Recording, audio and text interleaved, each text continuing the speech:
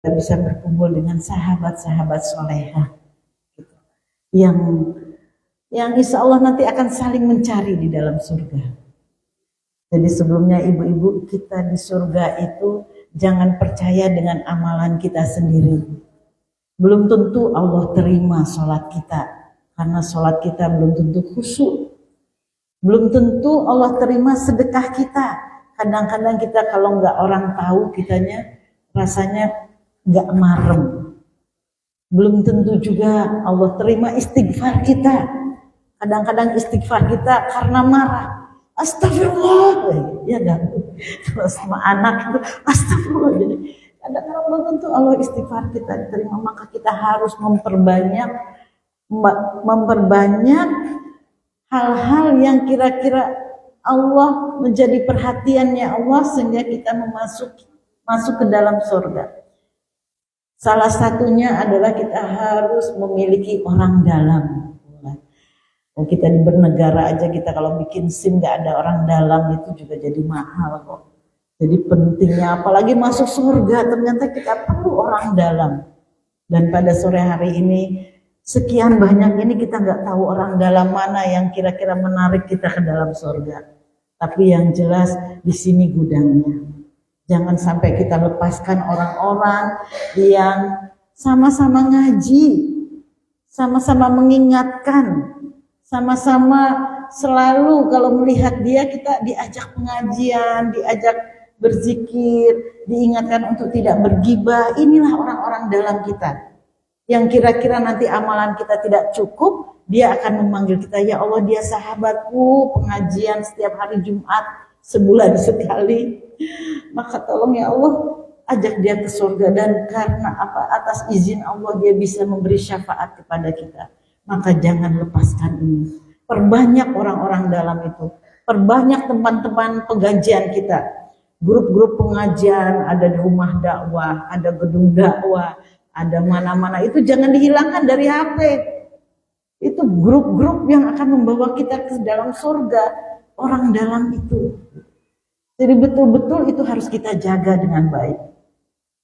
Teman-teman yang melihatnya aja kita jadi pengen mengingat Allah, melihat dia, oh iya Bu, saya hadir kok nanti malam hari Jumat pengajian, melihat Bu Juwita nanti gitu, Ibu Jarwati, Masya Allah, atau melihat siapa gitu, ya saya nanti bareng jamaah, itu jangan pernah Ibu lepaskan, itu berharga sekali. Sahabat-sahabat yang mengingatkan kita kepada Allah itu adalah sahabat-sahabat yang sangat berharga. Kalau perlu sering-sering kita kirim makanan. Ya, teman-teman yang selalu mengingatkan kita. Nah, orang-orang dalam itu bukan sekedar teman-teman Bu, anak-anak soleh-solehah juga bisa menjadi orang dalam kita. Apalagi anaknya hafal Quran Bu, yang sudah diberikan jatah bisa memasukkan keluarga terdekatnya 10 orang. Bayangin kalau punya anak hafal Quran bisa memberikan jatah 10 orang keluarganya untuk bisa bersama-sama ke dalam masuk surga. Itu perlu diperbanyak. Jadi anak-anak, ayo nak, bagaimanapun kalau saya menggerakkan satu keluarga paling tidak satu hafiz. Udah kelewatan, anak saya udah besar-besar. Cucu kita, jangan putus asa. Dan kita juga sendiri juga sedikit demi sedikit, ayo kita menghafal Al-Quran. Rakyatan 1 hari 1 ayat, rakyatan 2 hari 1 ayat. Itu Allah nggak melihat jumlah berapa yang kita hafalkan, tetapi istiqomahnya kita dalam menghafalkan Al-Quran. Saya itu sanggup menghafal Al-Quran itu cuma 1 hari 1 ayat. Lalu Ustadz saya bilang, terus saya tanya sama Ustadz saya, Ustadz, saya 1 hari 1 ayat. Berapa lama saya bisa menghafal 30 juz? Jawabannya apa? 70 tahun. Bayangin, sekarang sudah 50 lebih, kalau 70 tahun. Tapi Ustaz tadi bilang, nggak usah khawatir Ibu. Yang penting Ibu menghafalkan aja. Tiba-tiba Allah mencabut nyawa Ibu sudah tercatat sebagai penghafal Al-Quran dan diteruskan di alam kubur nanti. Indah nggak Bu? Masya Allah, di alam kubur di mana orang saling begitu ketakutannya, tapi orang para penghafal Quran terus murojaah Bu. Ya, di dalam hadis tuh orang yang suka menghafal Quran, suka membaca Al-Quran, dia akan terus murojaah. Itu yang kita kejar. Istiqomahnya itu. Satu hari satu ayat nggak apa-apa, seminggu satu ayat pun nggak apa-apa, asal tiap hari kita menghafalkan. Karena namanya juga udah umur segini ya, loading banget. Nggak usah putus asa.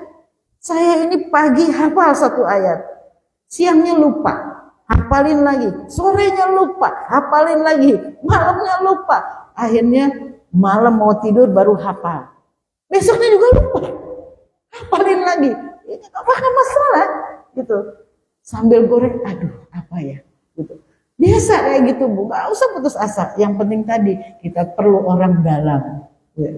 Orang perbanyak itu orang dalam, apalagi orang dalam kita, sedekah kita, gitu. Silaturahim kita, perbanyak itu karena tadi kita belum tentu yakin dengan amal ibadah kita bisa memasukkan kita ke dalam surga.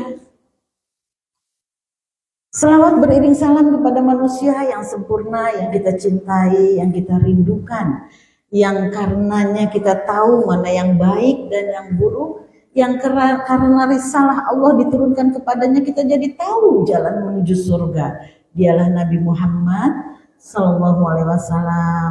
Semoga kita nanti yang berkenan, yang dapat syafaatnya di yaumil akhir. Amin ya rabbal alamin. Tema kita kali ini adalah indahnya bergantung kepada Allah. Indahnya bergantung kepada Allah. Ini bukan judul yang sepele Bu. Karena Ibu datang ke sini ini untuk mencari bahagia, ketenangan batin, keberuntungan. Semua orang yang di dunia ini tersebar untuk mencari kebahagiaan. Orang mencari rezeki supaya bahagia, supaya hidupnya indah, bisa mencukupi makan dan minum. Kita pakai baju yang baik juga untuk mencari bahagia. Orang meniat menikah untuk mencari keberuntungan, keindahan, kebahagiaan di dalam hidup.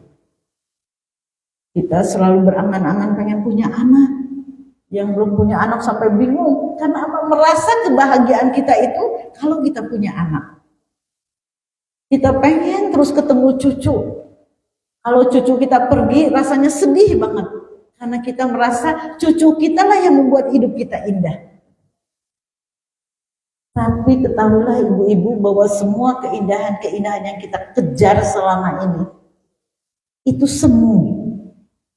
Kalau saya punya cucu, saya akan bahagia sekali. Kalau cucu saya ada di sini, saya bahagia sekali. Sudah bahagia, tapi cucu kita pergi, sedih lagi. Saya kalau punya anak bahagia banget, kalau punya anak perempuan, semua anak saya laki-laki, kalau punya anak perempuan saya bahagia. Ternyata anak perempuannya itu malah bandel, bikin sakit hati. Ternyata kebahagiaan bukan dari anak. Kalau anak saya yang gadis ini dapat suami, saya tenang dah. Pokoknya saya mau mati-mati deh. Pokoknya yang penting anak saya sudah nikah. Ada yang seperti itu Bu? Banyak. Bahkan saya ini suka ngajak orang umroh. Ada yang ntar kalau anak saya sudah nikah baru saya mau umroh. Ternyata apa? Setelah nikah suaminya main tangan, suaminya selingkuh, sehingga adanya cuma air mata, nangis terus menerus. Gak tega, mikirin terus, pusing. Saya belum mau umroh, gimana nih kehidupan anak saya. Ternyata kebahagiaan semua itu. Jadi semua hal-hal yang kita bikin bahagia itu bukan bahagia yang hakiki, bukan keindahan yang hakiki. Itu cuma sementara waktu.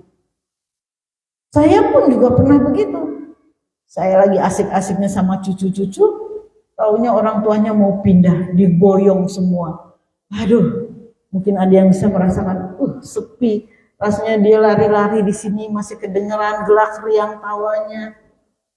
Akhirnya saya pada satu kesimpulan, kalau kita menggantungkan kebahagiaan kepada makhluk, kepada yang ada di dunia ini, mau harta, mau tahta, itu justru yang akan kita dapatkan kekecewaan.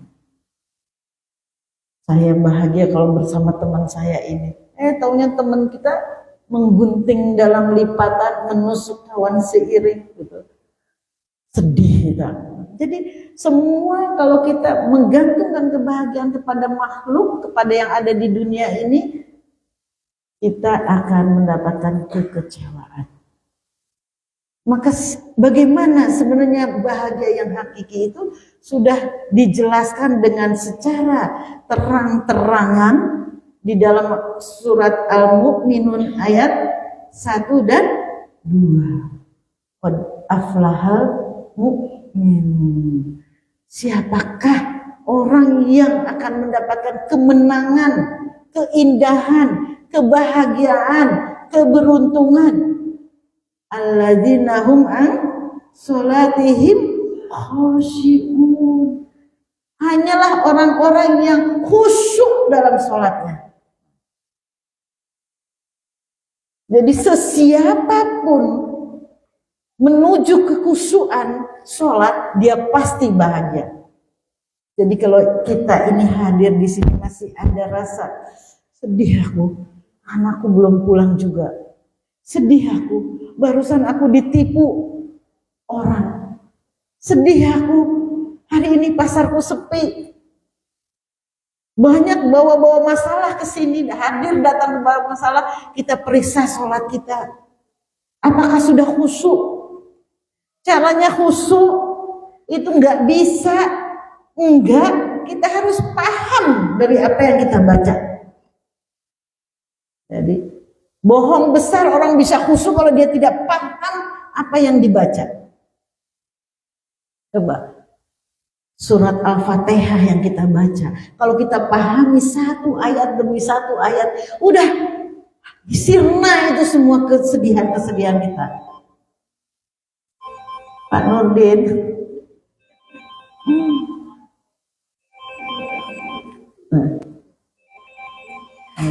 ya. Kalau kita kita dengan baca surat Al-Fatihah aja kita paham maknanya, kita sudah nggak memerlukan lagi bantuan-bantuan untuk membuat bahagia ini. Bahagia itu sudah ada di dalam dada, sudah meliputi segala gerak laku kita. Kita jalan bahagia, kita duduk bahagia, kita berbaring bahagia, hidup kita penuh kebahagiaan. Itu janji Allah. Coba dengan surat Iyyaka na'budu wa iyyaka nasta'in. Apa artinya?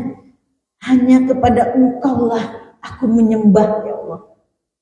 Benar-benar aku ini gak berdaya, ya Allah. Aku gak mampu apa-apa kecuali atas pertolongan-Mu, kecuali atas kehendak-Mu, kecuali atas belas kasihan-Mu. Maka sekarang aku tersungkur hina di hadapan-Mu, ya Allah. Aku hanya menyembah padamu. Gak ada yang lebih penting sekali Engkau. Gak penting itu suami, gak penting itu anak, gak penting itu harta. Kecuali semua itu aku jadikan sebagai ibadah kepadamu. Harta kita cari siang malam, bukan gak boleh, boleh untuk ibadah kepadamu. Saya memiliki suami, ya Allah, untuk beribadah kepadamu. Engkau menyuruh aku berbakti kepada suamiku bukan karena aku dipaksa, bukan karena dia suamiku, tapi karena Engkau menyuruhku, sehingga jadikan pengabdianku ini sebagai ibadah kepadamu. Anak-anak yang Engkau titipkan kepadaku ini, ya Allah, aku didik, aku sayangi, aku cintai, aku besarkan karena Engkau menyuruhnya seperti itu. Karena ini adalah titipanmu, sehingga jadikan ini sebagai ibadahku. Hanya menyapa anak, assalamualaikum Mak, jadi ibadah, karena niat kita memang untuk ibadah. Apapun yang kita lakukan, ya Allah, kalau udah iya karena Abu dua kepadamu semua akan menjadi ibadah. Dimana kita nggak tenang di sini. Kalau ada ujian anak, ujian suami, ujian temen, ujian apapun, itu bukan urusanku ya Allah. Yang penting aku ibadah aja kepadamu. Gitu. Wa iya karena berdua, wa iya karena na'im. Dan atas semua ujian ini ya Allah, hanya Engkau yang bisa menolongku. Kalau sudah hanya Engkau yang bisa menolongku, hanya Engkau yang akan menolongku. Gak usah pusing-pusing cari utangan, Bu. Gak usah pusing-pusing menyelesaikan masalah. Saya ada masalah dengan menantu saya, Ustaz. Menantu saya gak pernah menyapa saya. Menantu saya ngomongnya nyelekit, pelit. Apalagi ya, gak usah bingung gimana saya cara ngasih tahu suami menantu saya. Gimana cara saya ngasih tahu suami saya ya Allah. Gak usah sibuk-sibuk. Baik aja, taat aja sama Allah. Cuma itu, taat aja, baik aja. Nanti semuanya Allah selesaikan. Percaya gak, Bu? Percaya, kita harus yakin seperti itu. Dalam setiap persoalan, gak usah sibuk mencari penyelesaiannya. Kita tidak disuruh sama sekali sama Allah untuk menyelesaikan masalah. Sama sekali. Ini ruwet banget. Teman saya memfitnah, tapi teman saya memfitnah saya. Biarin, dia punya mulut. Tapi dia menipu saya. Biarin aja. Kalau sudah terjadi berarti memang bukan rezeki kita. Kita baik aja. Tapi hutang saya banyak ya Allah, gimana cara menyelesaikannya? Wa may yattaqillaha yaj'al lahu makhraja wa yarzuqhu min haitsu la yahtasib. Itu patenkan di dalam hati kita. Bertakwalah kamu, maka aku yang akan memberi jalan keluar atas segala masalah. Disuruh apa kita? Bertakwa. Gak usah repot-repot kita ngomong sana, kita nasihatin anak yang udah besar terutama ya. Maksudnya itu akan keluar kata-kata yang salah yang justru menyakitkan. Lagaknya kita, tak nasihati, tak kandani, bener api. Malah banyak keluar, saya sakit hati dengan ibu, dengan omongan ibu. Kan malah kayak gitu. Ya apa? Ya tak bertakwa aja. Apa yang Allah suruh kerjakan, apa yang Allah larang tinggalkan. Sibukkan hari-hari dengan ibadah. Semakin banyak masalah kita, semakin sibuk kita dengan ibadah. Lupakan hal-hal yang mubah, apalagi makruh. Subuh bangun, ngaji, nunggu sampai surut. Habis surut, sholat surut. Beres-beres rumah, gak lama sholat duha. Habis sholat duha, baca al-maksurat dulu. Habis sholat duha, gak lama sholat zuhur. Qobliyah, ba'diyah kerjakan. Gak lama sholat asar, maghrib, terus sibukkan waktu-waktu dengan ibadah. Semakin sakit hati kita, disakiti orang, semakin sibuk kita beribadah. Terus kemana? Apa? Pertolongan pertama langsung datang dari Allah. Apa? Waladzi anzala sakinah fi qulubil mu'minin yazdadu imanan ma'a imanin. Allah akan hadirkan ketenangan hati, kedamaian hati, kelapangan hati, kebahagiaan hati, ditambah terus keimanan kita. Semakin kita beriman, semakin sholat semakin khusyuk. Air mata yang kita curahkan di tengah malam itu menjadi nikmat buat kita. Ya Allah, sungguh aku tidak berdaya menjadikan anakku solehah ya Allah. Ini adalah titipan yang kau berikan kepadaku, tapi aku tidak mampu menasihati dia. Tolong ya Allah, aku kembalikan kepada pemiliknya. Engkau pemiliknya ya Allah, tolong didik dia. Aku tidak mampu ya Allah, sungguh aku tidak mampu. Allah tuh senang banget ngelihat kita mesra, gak berdaya di hadapannya. Senang banget. Lalu kata Allah apa tadi? Ya jangan aku kasih jalan keluar, tenang aja kamu. Gak usah sibuk-sibuk. Mereka ini hatinya itu adalah milikku. Betapa mudahnya aku membolak-balikan hatinya. Tenang, besok anakmu datang dengan keadaan soleh. Tapi kamu sabar. Sabar. Dan gak main-main balasan Allah. Selain memberi jalan keluar, wa yarzuqhu min haitsu la yahtasib. Engkau sudah meratap kepadaku, minta tolong agar anakmu menjadi anak yang soleh, menjadi manun, menjadi qurrata a'yun. Aku senang kata Allah. Aku kasih rezeki kamu ya. Itu udah sepaket itu. Allah tuh paling menepati janji. Paling menepati janji. Kenapa kita ragu dengan pertolongan Allah? Kita sampai dengan umur segini itu, berapa ujian yang sudah kita lewati. Dulu kita punya masalah dengan si B, kok selesai ya? Gak bisa ngontrak rumah, kok bisa ya? Kok sekarang saya dulu gak punya mobil, kok bisa punya mobil ya? Dulu saya pengen banget saya dulu berselisih dengan suami atau dengan orang lain, kok selesai ya? Yakin gak sih bahwa semua itu kita tuh akan ditolong oleh Allah?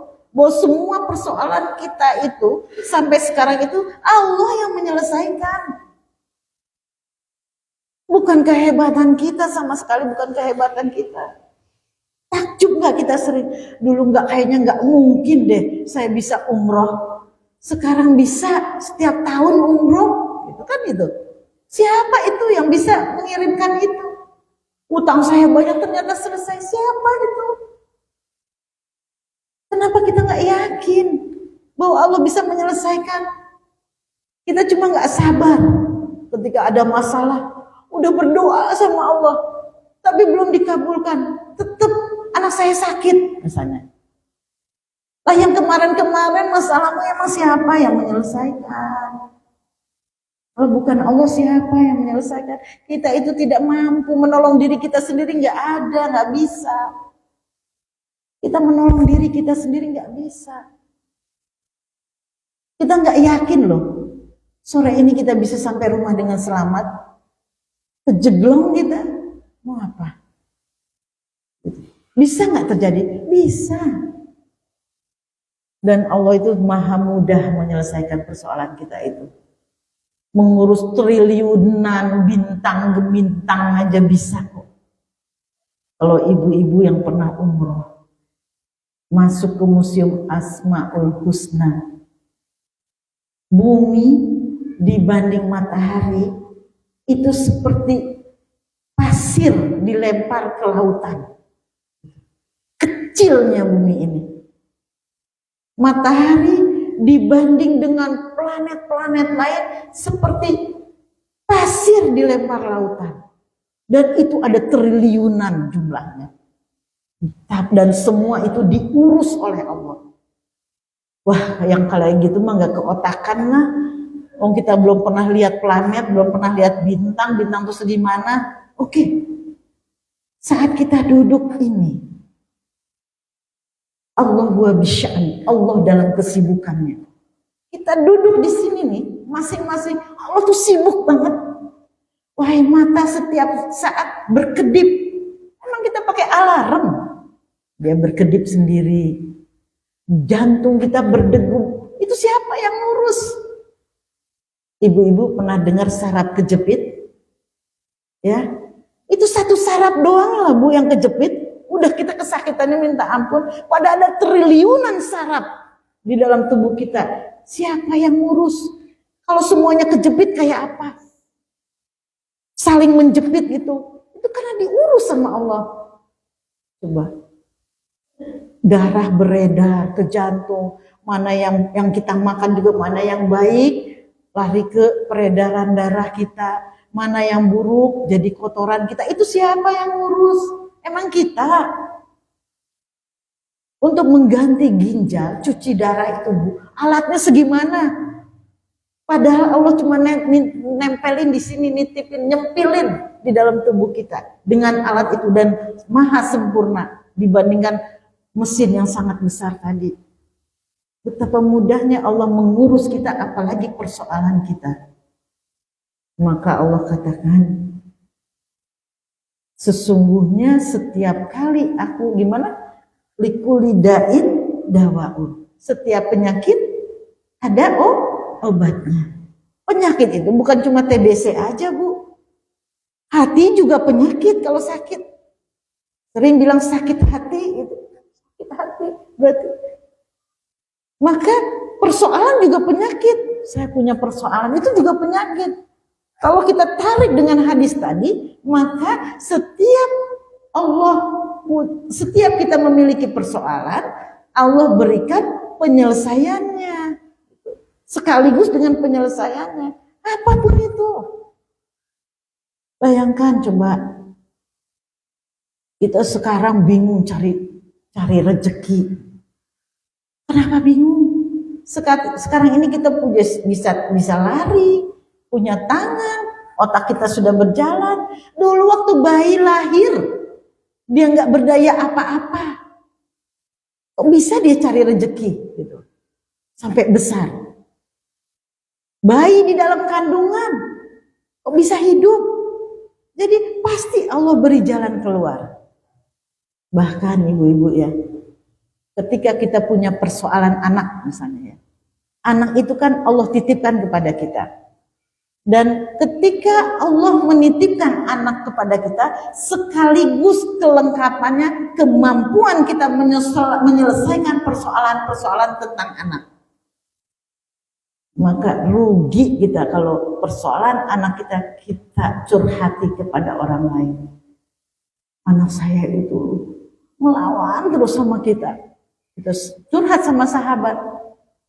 Nanti sahabat cerita ke orang tuh anaknya. Yang jelek siapa? Kita juga. Maka persoalan-persoalan hidup tuh jangan curhati kepada orang. Itu sama dengan menurunkan harga diri kita, merendahkan diri kita. Kita harus yakin dan percaya bahwa Allah memberi kita titipan anak sekaligus kemampuan menyelesaikan persoalan-persoalannya. Kalau justru, anakmu itu loh, anakmu gini. Misalnya ada yang ikut-ikutan. Aku dititipi Allah anak yang seperti ini, tapi juga diberi kemampuan menyelesaikan persoalan. Maaf. Orang tua yang memiliki anak surga, saya selalu menyebutnya anak surga. Kalau orang lain bilang berkebutuhan khusus atau apalagi ya. Kalau saya ini anak-anak surga, anak-anak yang kata manusia cacat, pada sesungguhnya sempurna, ya. Itu hanya orang tua yang mampu yang bisa, yang dititipi seperti itu. Dia mampu mengatasi persoalan anak tadi. Sampai dengan kesabaran yang paling tinggi. Jadi kalau kita mendapatkan anak yang model macam apapun, itu sebenarnya Allah sudah memberi kelengkapan, yaitu kita mampu mengatasi persoalan itu. Dengan cara apa? Berserah kepada Allah. Ya, curhat kepada Allah. Minta tolong hanya kepada Allah. Itu Allah, ya Allah, ini titipanmu ya Allah. Justru aku tidak mampu memang ya Allah. Engkau akan memberikan penyelesaiannya ini. Yakin sama Allah. Kalau kita tidak yakin, Bu, aku tuh ya, sampai kapanpun tetap miskin kok misalnya. Walau bagaimanapun suamiku tetap yokoyong ngono kok. Nggak percaya bahwa nanti akan terjadi jalan keluar. Kita ini justru akan diazab sama Allah. Fi qulubihim maradun fazadahumullahu maradun. Apa lihat ya? Di dalam hati manusia itu ada penyakit. Penyakit apa? Penyakit hati, penyakit iri, penyakit dengki, penyakit takut, penyakit apapun.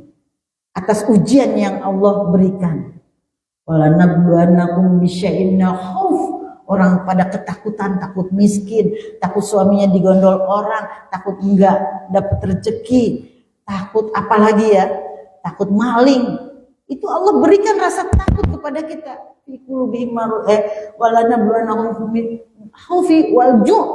Kelaparan, kemiskinan. Wa naqsi minal amwali wa anfus, kehilangan harta, kehilangan nyawa, kehilangan anak, kehilangan suami, kehilangan orang-orang tercinta. Wasamarot, kehilangan perkebunannya kena hama. Dan apa kata Allah? Semua kehilangan, ketakutan, takut lapar, takut miskin, takut apa segala macam, kehilangan apa orang-orang tercinta dan sebagainya. Kata Allah di ujungnya, wa basyirin sabirin. Itu adalah sebenarnya kabar gembira buat kamu. Ketika kita mendapatkan ujian-ujian itu ternyata kabar gembira buat kamu. Sehingga apa hadisnya? Barang siapa aku cintai, kata Allah, maka akan aku beri dia ujian. Wa basyiris sabirin. Syaratnya apa? Sabar. Sabar, minta sama Allah sungguh-sungguh, minta tolong hanya kepada Allah. Dan yakin bahwa Allah bisa menyelesaikan persoalan ini. Kalau nggak yakin, justru ditambah fazadahumullahu maradu. Kalau kita nggak yakin Allah akan menolong, malah justru sama Allah ditambah lagi ujian-ujian berat. Jadi apa? Ketika kita merasa sakit, sedih, banyak masalah, istighfar yang banyak, ya Allah. Nikmat banget istighfar kepadamu ini, ya Allah. Nikmat banget bisa menangis di hadapanmu, ya Allah. Tolong ya Allah, aku tolong. Aku yakin Engkau bisa menyelesaikan. Itu adalah Allah akan memberi penyelesaiannya. Tapi gak mungkin ini. Aku gak mungkin bisa bayar hutang sebanyak ini. Gak mungkin anakku tuh bisa manut sama aku. Pokoknya gak mungkin. Kata Allah apa? Akan aku tambah lagi azab buat kamu. Wazadahumullahu maradu. Misalnya kita ada persoalan dengan teman, kita disakiti, ya Allah, aku disakiti dia, aku difitnah, aku dicaci maki sama dia, sakit ya Allah, sakit. Kita pelihara aja terus sakit ini. Bukan kita lari ke hadapan, ya Allah, nikmat sekali atas pertolonganmu ini, ya Allah. Aku tahu Engkau pemilik hati, Engkau yang bisa menyelesaikan ini. Aku hanya cukup taat kepadamu, hanya cukup mensibukkan dengan ibadah kepadamu, Engkau yang akan bisa menyelesaikan ini. Aku yakin Engkau bisa menyelesaikan ini. Harusnya seperti itu. Kalau nggak yakin apa? Ditambah penyakitnya. Kenapa ditambah? Ketika kita sakit hati, kita nggak lari kepada Allah, kita nggak melibatkan Allah, kita nggak sibuk dengan ibadah-ibadah, kemudian kita sakit, kita tahu, akhirnya kita ngajak teman-teman untuk membenci dia. Akhirnya teman-teman ada yang pro dan kontra, tambah marah dianya, tambah ngamuk dia, malah ngelemparin apa kita buat kita. Udah kita bawa pulang, bukan kita lari ke Allah, kita merenung. Ini amat kejam banget, dia kurang ajar banget. Akhirnya kita nggak doyan makan, nggak doyan minum. Itu yang namanya ditambah penyakitnya sama Allah. Nggak bisa tidur. Dan katanya katanya dokter, katanya ahli kesehatan, yang bikin cepet orang mati itu bukan karena merokok. Tapi jangan bilang bapak-bapak ya, nanti dia tepuk tangan. Bukan karena merokok, bukan karena penyakit jantung, bukan karena penyakit gula. Yang paling cepat membuat orang mati itu karena stres. Orang stres itu karena apa tadi? Karena dia tidak yakin dengan pertolongan Allah. Tidak yakin dengan pertolongan Allah, maka Allah tambah lagi azabnya dengan stres. Dan gak sampai di situ aja, Bu. Azabnya, perihnya, sakitnya dibawa ke akhirat. Walahum azab syadid. Dan bagi mereka ada azab yang pedih. Azabun azim. Bagi mereka ada azab yang pedih. Jadi kita nggak, sebagai hamba, intinya harus yakin kepada Allah. Allah bisa menyelesaikan persoalan kita, asal kita tadi menjadikan iyyaka na'budu wa iyyaka nasta'in. Aku jadikan semua yang Engkau berikan ini adalah untuk menyembah kepadamu, untuk beribadah kepadamu. Karena Engkau yang bisa memberi pertolongan atas segala-galanya itu tadi.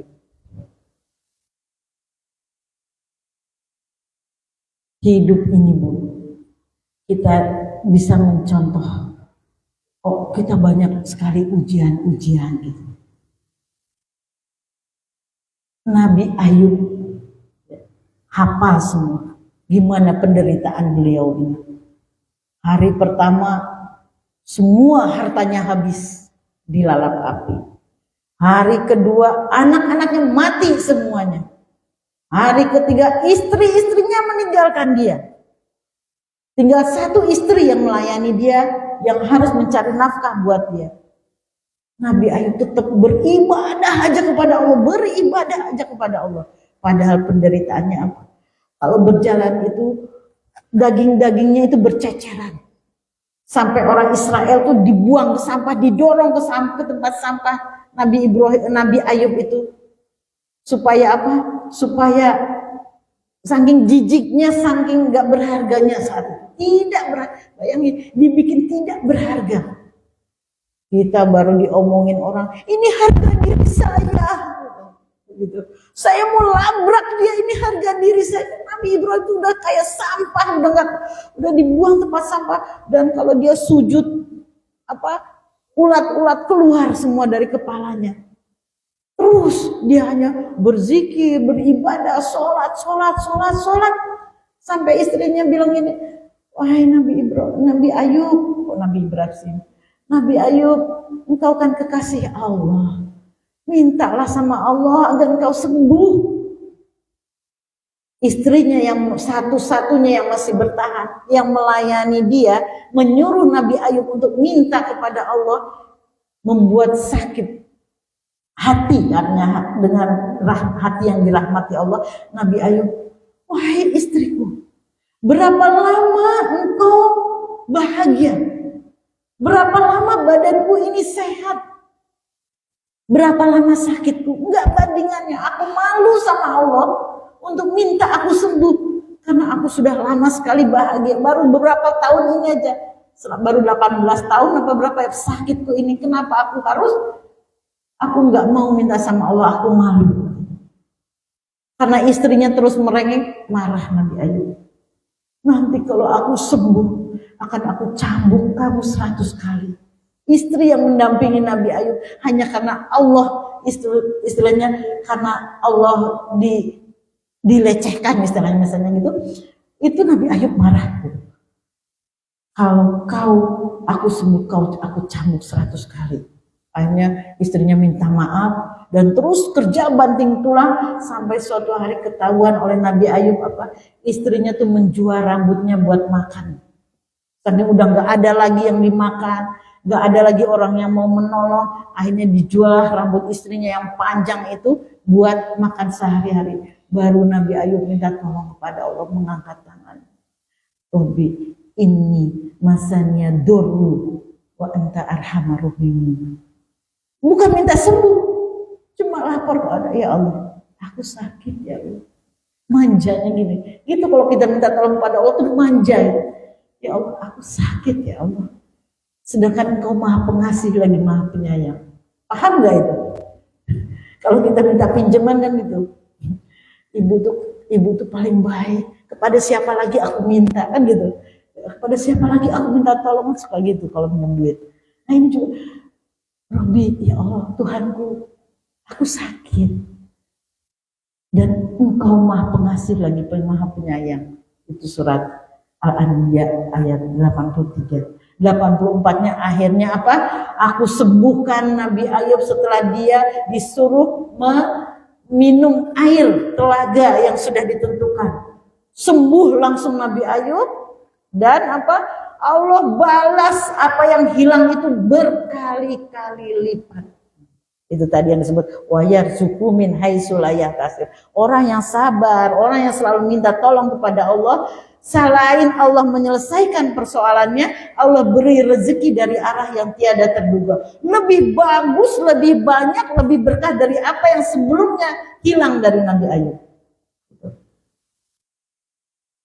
Akhirnya sembuh, Nabi Ayub lihat istrinya yang bahagia dengan kesembuhannya. Nabi Ayub terkenang dengan sumpahnya. Nabi Ayub nangis lagi kepada Allah. Ya Allah, bagaimana mungkin aku mencambuk istriku yang menemani aku dalam saat suka dan duka. Satu-satunya istriku yang sampai menjual rambutnya, bagaimana aku mencambuknya? Ya Allah, gak sanggup, gak tega aku 100 kali mencambuk dia. Allah untuk menjaga harga diri Nabi Ayub yang sudah terlontarkan sumpah, memberi jalan keluar lagi. Kalau gitu kumpulkanlah lidi 100 biji dan cambuklah dia dengan kasih sayang. Jadi bukan 100 kali, tetapi 100 biji dijadiin satu, dicambuk dengan kasih sayang. Begitulah Allah menyelesaikan persoalan-persoalan yang rumit. Bahkan Nabi Ibrahim yang sudah jelas-jelas dibakar dalam api unggun yang besar, yang sangat panas, bisa api itu menjadi dingin semudah itu. Nabi Musa bisa membelah lautan ketika dikejar Fir'aun.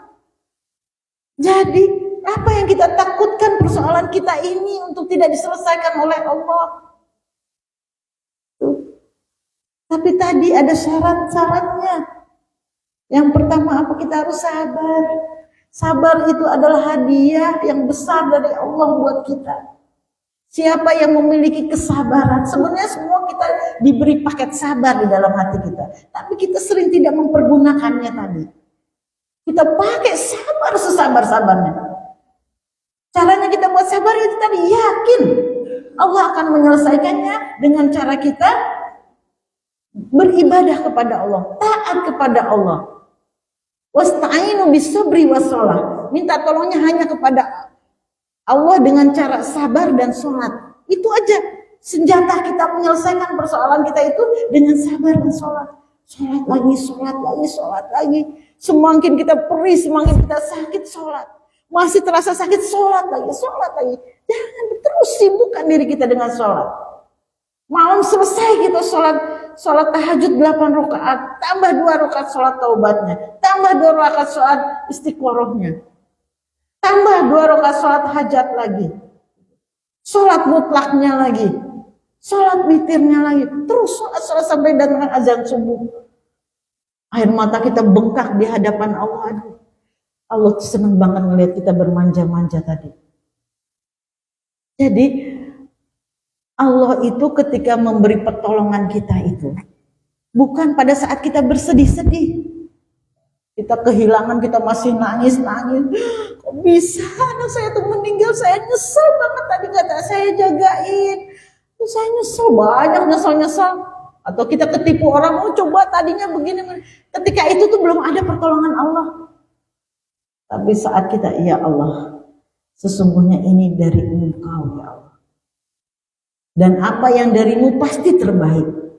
Engkau pasti tahu bahwa pada saat ini aku akan ketipu. Engkau pasti izinkan itu hadir di hadapanku. Karena engkau tahu ini baik buat aku. Maka ya Allah, aku kembalikan ini kepadamu karena aku yakin ini baik bagimu. Kalau doanya apa? Allahumma ajurni fi musibati. Wa anta wa ahlifli khairu minha.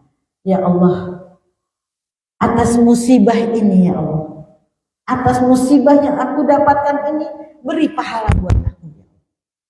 Beri, jadikan ini penghapus dosaku, jadikan ini sebagai pahala kesabaran bagiku. Dan kemudian apa? Dan gantilah yang lebih baik daripadanya. Yang uang ketipu tadi ganti dengan yang lebih baik. Bisa tenang gak kayak gitu? Ya, Allahumma ajurni fi musibati ya Allah, atas musibah ini ya Allah, atas kehilangan ini ya Allah, beri pahala buat aku ya Allah, naikkan derajatku ya Allah. Itu ajurni fi, itu ganti yang lebih balasan yang terbaik buat aku ya Allah. Dan kemudian ganti yang lebih baik daripada ini. Hilang 100 juta, besoknya datang 200 juta. Yakin gak? Yakin. Oh, itu semua dalam rencananya Allah. Kadang Allah mengirimkan musibah buat kita. Kan Allah bilang, kalau aku cinta pada seseorang, aku beri dia ujian. Sekarang kasus Vina aja lah yang deket-deket. Betapa ujian bagi terpidana yang tidak bersalah itu. Semua tahu ya masalahnya ya? Dipukul, disiksa sampai habis-habisan, dituduh sebagai pembunuh, dipenjara seumur hidup, itu bonyok. Sebagian kita melihat, ya Allah, tega banget ini, kasihan banget nih orang ini. Kok segitunya ujian buat dia, dia nggak membunuh, dia nggak bersalah, disiksa habis-habisan, disuruh minum air kencing, berdarah sampai kemana-mana, dipukulin bertubi-tubi, kemudian divonis penjara seumur hidup. Kira-kira kalau kita kiamat nggak itu? Nggak bersalah, dihukum sampai sedemikian itu. Kiamat. Ini Allah di mana? Soalnya kan itu. Di mana Allah ketika ada orang teraniaya seperti itu? Dia nggak membunuh, dia nggak bersalah, teraniaya seperti itu, dihukum seumur hidup. Di mana Allah? Kembali lagi dengan hadis, kalau Allah beri ujian, tanda Allah cinta kepadanya. Tahu nggak para terpidana itu? Itu adalah anak-anak yang salah jalan. Mereka diciduk ketika mabuk. Akhirnya dia diberi ujian yang sangat berat, masuk penjara, menjadikan mereka tobat. Lalu nggak ingin dia terjerumus ke dalam api neraka apabila dia dibebaskan seperti itu, diberi ujian. Ada juga, ini benar-benar kisah nyata, seorang pemabok, perampok, tiba-tiba tabrakan, yang nggak bisa apa-apa, kakinya digipsem, digantung, gitu. Ketika seorang Imam Hasan Al-Basri menengok, wahai pemuda, apa yang kamu rasakan? Kamu nggak bisa ngapain selama ini, kamu tuh dugem, kamu itu mabok, kamu tuh bersenang-senang. Sekarang kamu kakimu digantung, nggak bisa ngapain, gimana rasamu? Dia bilang, aku sangat bersyukur atas musibah ini. Aku bersyukur banget, wahai Imam. Sekarang aku hafal 30 juz. Selama setahun di gips, dia hafal 30 juz.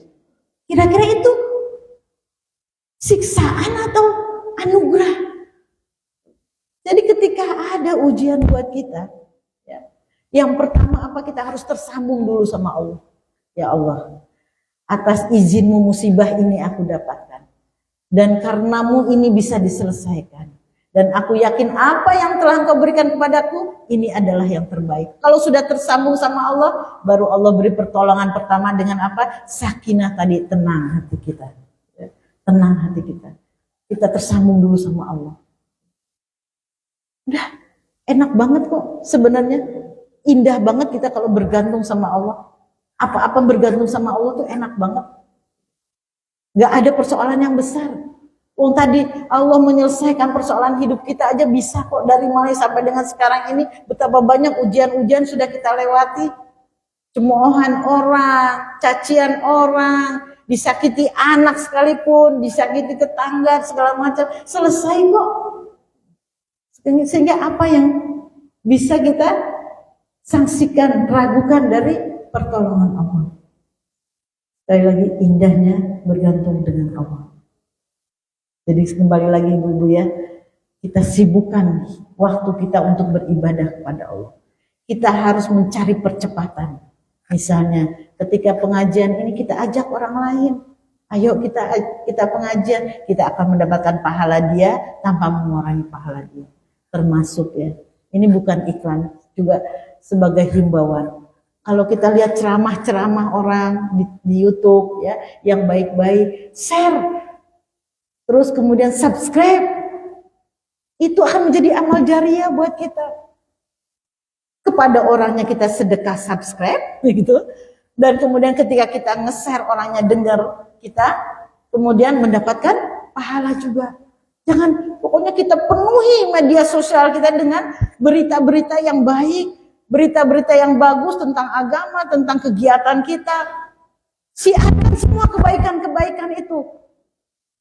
Oh, itu ria, itu sombong. Siapa yang tahu hatinya? Dia tuh selalu men-share bakti sosial, sedekahnya. Itu sombong. Soal hati, urusan manusia dengan Allah, gak ada satupun yang tahu. Kalau kita takut dibilang orang sombong, itu sudah kita sombong. Kalau kita takut dibilang orang ria, berarti kita ria. Kita takut hanya kepada Allah. Share aja semua. Saya itu baca Al-Kahfi malam Jumat itu. Kalau tiba-tiba lihat postingan, jangan lupa baca Al-Kahfi. Baca Al-Kahfi. Ketika Teman saya share sedekah Jumat gini, kita ikut-ikut. Betapa banyak pahala mengalir jariah buat dia. Maka jangan suka menjas orang yang suka menyebarkan kebaikan itu sombong, ria. Jangan, itu urusan hati dia dengan Allah. Kita mungkin pertama-tama mungkin ria. Aku sebar Jumat berkah gitu ya, diposting di Facebook. Awalnya ria, tapi kalau udah 10 kali kita selalu menyebar, udah nggak ada rasanya lagi. Yang penting Allah ridho, yang penting ini Allah persembahanku. Awal-awal ya memang hati itu harus diajarin dulu gitu. Kalau kita takut dibilang orang ria, berarti kita ria. Kita penuhi halaman medsos kita dengan hal-hal yang baik, hal-hal yang mengajak orang baik. Kita tutup atau kita libas itu konten-konten nggak berguna, konten-konten infotainment, gibah dan sebagainya, atau TikTok yang joget-joget. Kita tutup dengan syiar hari ini Jumat, kita pengajian di sini. Coba sebarkan itu akan mendapatkan amal jariah. Orang jadi ikut-ikutan. Waduh, Masjid Wirotomo ini istiqomah loh pengajiannya, terus menerus. Masjid lain juga ikut-ikut, Senin, Selasa, Rabu, Kamis, Jumat. Atau ada orang yang, di Masjid Wirotomo itu ada pengajian, datang dia. Berapa banyak pahala yang akan kita dapatkan. Untuk pengajian ini juga ibu-ibu bisa buka lagi di channel Nofrita News. Sedekah subscribe lagi, insya Allah menjadi amal jariah buat. Mohon maaf atas segala hilaf dan salah. Wabillahi taufiq wal hidayah. Assalamualaikum warahmatullahi wabarakatuh.